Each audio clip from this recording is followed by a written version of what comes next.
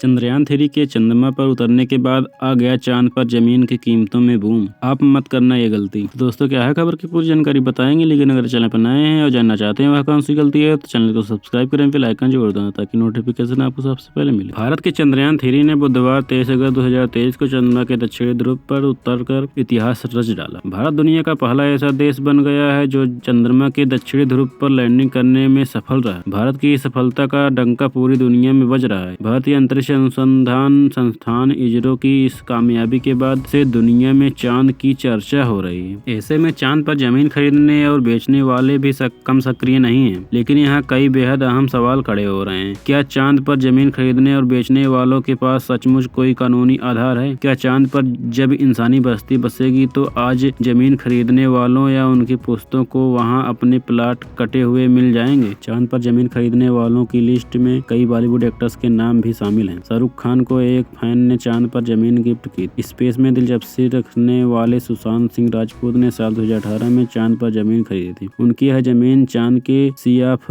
Mexico हिस्से में है। इनके अलावा कई आम नागरिकों ने भी चांद पर जमीन खरीदने का वादा किया है। अब आपके मन में एक सवाल होगा कि चांद पर जमीन कैसे खरीदी जाती है और यहाँ जमीन बेच कौन रहा है, लेकिन ये जानना उससे भी ज्यादा जरूरी है कि चांद पर जमीन खरीदना कानूनी है या गैर कानूनी। 10 अक्टूबर 1967 के आउटर स्पेस ट्रीटी के मुताबिक चांद पर जमीन खरीदना गैर कानूनी है। बाहरी अंतरिक्ष संधि अंतरिक्ष का पहला कानूनी डॉक्यूमेंट था जो पृथ्वी के अलावा चांद या किसी भी ग्रह पर जमीन खरीदने की कानूनी इजाजत नहीं देता है। इस समझौते पर 109 देशों ने हस्ताक्षर किए हैं, जिनमें भारत भी शामिल है। ट्रीटी के मुताबिक आउटर स्पेस पर किसी भी देश का अधिकार नहीं है। इसमें एस्ट्रोनॉट्स के संबंध में कहा गया कि अंतरिक्ष में अध्ययन करना सभी देशों के लाभ के लिए है, निजी उद्देश्यों के लिए इस्तेमाल की इजाजत नहीं। संधि में अंतरिक्ष को मानव जाति के लिए साझा विरासत बताया गया है। द इंडियन एक्सप्रेस की साल 2018 की रिपोर्ट के मुताबिक दिल्ली में साउथ एशियन यूनिवर्सिटी के लीगल स्टडीज विभाग के असिस्टेंट प्रोफेसर डॉक्टर स्टेलिना जाली ने बताया कि साझा विरासत का मतलब है कि इसका किसी के भी द्वारा निजी उद्देश्य के लिए इस्तेमाल नहीं किया जा सकता है और न ही किसी का हक। यह सभी के लिए बाहरी अंतरिक्ष संधि सरकारी स्पेस एजेंसियों ने चांद और खगोलीय पिंडों में रिसर्च के अधिकार देती है, हालांकि कोई गैर सरकारी संस्था को इसकी इजाजत नहीं है। चांद पर कौन बेच रहा जमीन? चांद पर जमीन खरीदना गैर कानूनी है, बावजूद इसके कई लोगों ने जमीन खरीदने का दावा किया है।